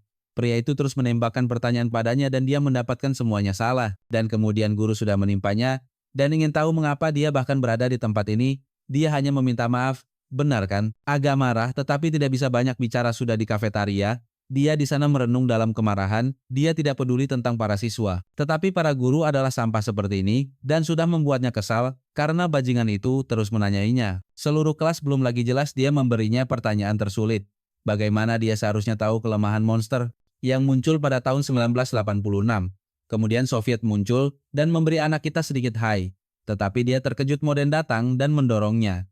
Memberi lambaian kecil dan membuat wajah padanya yang sudah memberitahunya bahwa dengan reputasi buruk yang dia miliki, lebih baik tidak terlalu dekat dengan saudara perempuannya sendiri. Jika tidak, gadis malang itu akan menderita karena asosiasi, dan hal-hal hanya akan menjadi lebih sulit baginya juga.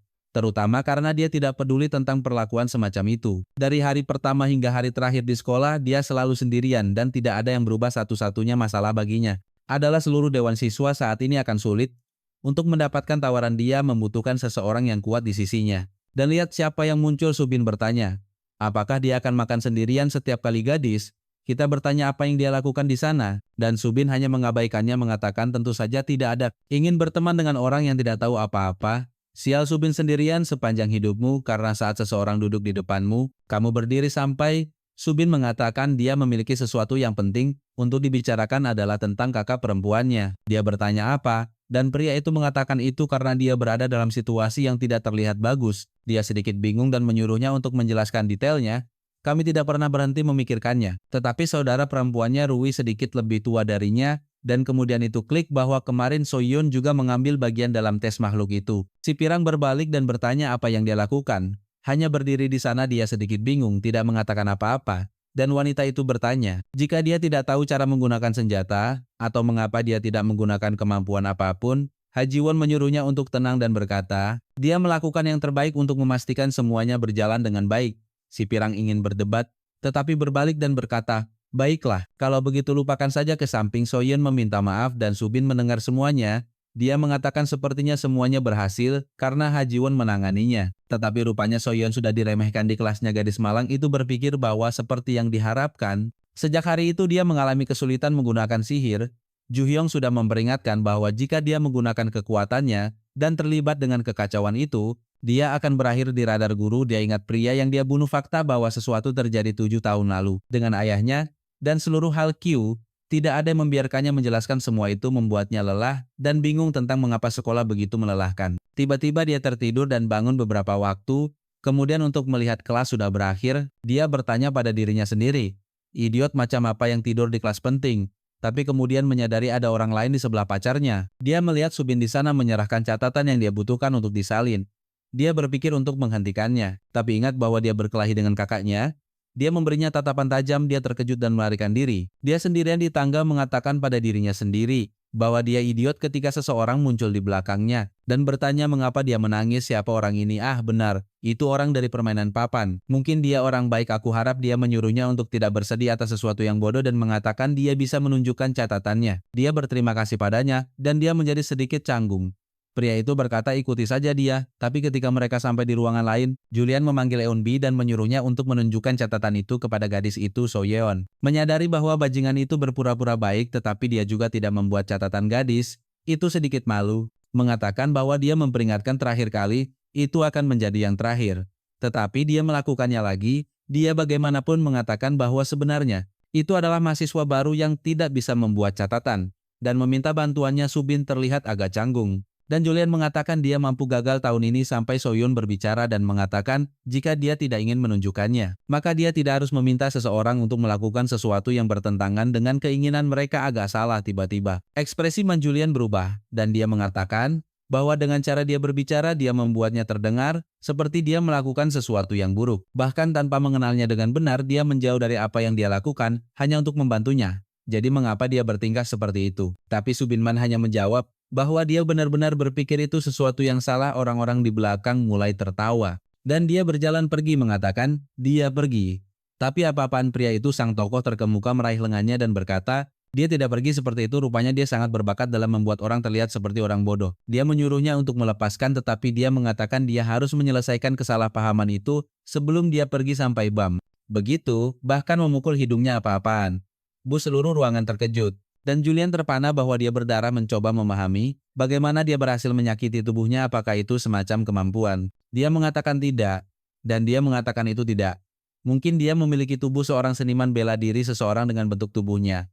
Seharusnya tidak dapat melakukan kerusakan apapun. Kemudian dia mengatakan sekarang masuk akal karena dia adalah seorang regresor. Jelas dia mengatakannya dengan sengaja, sehingga seluruh kelas akan tahu. Beberapa mulai mengatakan itu. Jika seorang gadis dengan tubuh seperti itu bisa menyakiti seorang seniman bela diri, dia pasti telah menggunakan kemampuan. Julian bertanya mengapa semua regresor seperti ini. Apakah menggunakan kemampuan pada seseorang tidak berarti apa-apa baginya dia menyerangnya? Mengatakan dia seharusnya tahu sejak di kapal. Tetapi tiba-tiba sesuatu membentur wajahnya. Subin mengatakan, dia yakin memiliki mulut yang besar untuk seseorang yang bertindak tidak adil. Julian bertanya siapa yang dia pikirkan, dan dia hanya menjawab dengan namanya, mengatakan dia mahasiswa baru tahun ini. Selain itu dia telah menonton semuanya dari awal, dan belum melihat Soyeon menggunakan kemampuannya. Bahkan sekali Julian mengatakan itu tidak mungkin, dia pasti telah menggunakan kemampuannya. Jika tidak mungkin dia bisa menyakitinya. Dan sekarang dia baru menyadari Subin menggunakan kemampuan juga, tetapi dia hanya mengabaikan apa yang dikatakan si bodoh, dan mengatakan, Julian seharusnya sudah tahu bahwa regresor memiliki kemampuan fisik yang sangat unggul, dan selain itu, tidak ada seorang pun di ruangan ini yang melihat jenis kekuatan apapun yang digunakan. Jadi jelas dia tidak menggunakan apapun pada akhirnya, bahkan jika dia menggunakannya, dialah yang meraih lengannya terlebih dahulu. Belum lagi dia dengan jelas mengungkapkan rahasianya dengan sengaja, dan menerjangnya dibandingkan dengan menggunakan kemampuan. Tindakannya jauh lebih buruk. Julian mengejarnya mengatakan, dia akan memukuli anak kurus itu. Tetapi tiba-tiba ada kilatan cahaya di belakangnya, dan dia menjawab bahwa dia tidak pernah lari dari perkelahian. Anehnya beberapa gadis di dekatnya mengangkat tanda dengan namanya entah dari mana, dan Julian menyadari dia akan dipukuli dan dipermalukan kembali di kafetaria. Dia memberitahu anak kita bahwa dia mengerti. Dia mencoba menghindari saudara perempuannya untuk melindunginya dan tidak mengacaukan segalanya untuknya. Tetapi sekarang semua orang tahu dia seorang regresor. Hidupnya juga tidak akan mudah. Anak kita meletakkan tangannya ke wajahnya dan mengatakan dia tidak mengerti mengapa, tetapi hal-hal tidak pernah mudah. Tuan sekilas melihat saudara perempuan itu dan bertanya apa yang akan dia lakukan. Bukan berarti dia memiliki banyak kekuatan untuk membantunya juga. Kemudian tiba-tiba Wujin tepat di sebelahnya mengatakan bahwa mungkin ada jalan. Dia berbalik bertanya kapan orang gila itu muncul. Dan Wujin mengatakan ramen instan ini dulu rasanya lebih enak di masa lalu. Mereka lebih lembut, rasanya lebih enak, dan memiliki lebih banyak daging. Wanita tua dari kafetaria jauh lebih terampil. Sayang sekali kecelakaan itu terjadi. Keduanya masih menatapnya tidak benar-benar mengerti. Dan pria berambut pirang itu menampar meja, mengatakan dia merindukan wanita kafetaria yang lama. Subin ingin tahu apa yang dia lakukan di sana.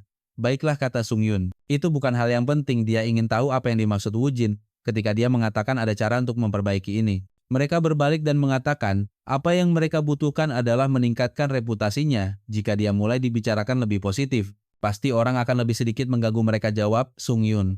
Dan itu lebih mudah diucapkan daripada dilakukan, dan Woo Jin berkata, dia harus bersiap untuk kelas observasi dalam 2 minggu. Armoy bertanya apa itu dan dia menjelaskan bahwa itu adalah pertandingan. Itu akan terjadi antara kelas 90 dan 91 semua. Mahasiswa baru harus berpartisipasi dan mereka yang datang untuk menonton bukanlah orang tua. Tidak Bung itu adalah pemburu top di seluruh industri, termasuk anggota guild terbesar, dan yang terkenal kepala perusahaan, dan semua orang yang terlibat dalam dunia pemburu, datang untuk melihat mahasiswa baru sayangnya. Untuk anak kita kan ayahnya adalah seorang pemburu. Jadi pada saat yang sama dia memiliki seorang ayah. Dia juga memiliki seorang pemburu, tetapi dia melihatnya sebagai kesempatan besar untuk meningkatkan reputasinya. Subin bagaimanapun mengatakan bahwa jika Anda menghitung jumlah orang itu banyak, bagaimana itu akan terjadi? Pria itu mengatakan bahwa tahun lalu mereka dibagi berdasarkan ID siswa. Jika tidak ada yang berubah, itu akan sama. Yang harus dia lakukan adalah menemukan siswa peringkat untuk berlatih dan menunjukkan apa yang dia punya. Jika anak kita mau, dia bisa memberinya nama anak yang sangat lemah. Tapi Bung, seolah-olah itulah yang dia inginkan. Woo Jin sudah agak bingung dan yakin. Bajingan itu ingin bertarung melawan peringkat A atau peringkat S. Beberapa waktu kemudian di perpustakaan dia ingat bahwa dia berbicara dengan Ju Hyong dan meminta untuk melihat catatan siswa. Jelas pria itu berkata, benar Bung, hanya guru yang bisa melihat itu. Tetapi pria licik itu tampaknya menyerahkan kartu itu untuk menyampaikan pesan selamat datang kepada Ju Hyong. Dia pergi untuk memeriksa siswa dan mencari tahu siapa regresor di kelas-kelas ini tahun ini. Dia tidak mengatakannya. Tetapi sepertinya dia tahu siapa mereka. Dan sekarang rencananya adalah untuk menantang mereka ketika kelas observasi dimulai. Dan kemudian ketika semua orang menonton, dia hanya harus menggunakan rantai untuk melumpuhkan orang itu Bung. Itu rencana yang sangat jelas dan mudah. Tidak diragukan lagi itu akan salah dengan berubah ke asrama lain. Tempat Julian membanting meja, mengatakan bahwa sialan Soyun membuatnya terlihat seperti orang bodoh. Miju ingin tahu apa yang akan dia lakukan. Dia mengatakan kesempatan sempurna ada di kelas observasi. Dia akan menunjukkan kepada anak itu siapa bosnya Miju. Tertawa dan mengatakan dia tidak terlalu yakin bahwa pria itu, yang berakhir dengan hidung berdarah dari tamparan, akan menang. Tetapi dia setuju dengannya, bahwa sangat mudah untuk membenci Soyun itu. Dan bertanya apakah dia ingin dia mengurusnya untuknya. Julian bertanya apakah dia pikir dia akan menang dan dia mengatakan, ya, pasti, tapi sebagai imbalan dia akan berutang budi padanya. Julian terus bersikeras mengatakan peluangnya kecil, gadis itu seorang regresor, tetapi Miju hanya mengatakan bahwa justru karena dia seorang regresor, itu akan lebih mudah. Dan inilah saatnya, lompatan waktu teman-teman. Sudah 2 minggu kemudian dan anak kita sudah siap. Dia membuka pintu dan astaga nyonya. Ada seluruh arena yang penuh sesak, sobat, dan pria licik itu mengatakan sudah waktunya untuk membuktikan dirinya. Sementara itu Soyeon ada di kelas mengatakan dia tidak bisa melakukan apapun lagi. Rupanya itu tentang menggunakan pensil. Untuk memotong beberapa balok kecil, aku tidak benar-benar mengerti saat itu Jig. Ion menelponnya dan memintanya untuk ikut dengannya sebentar.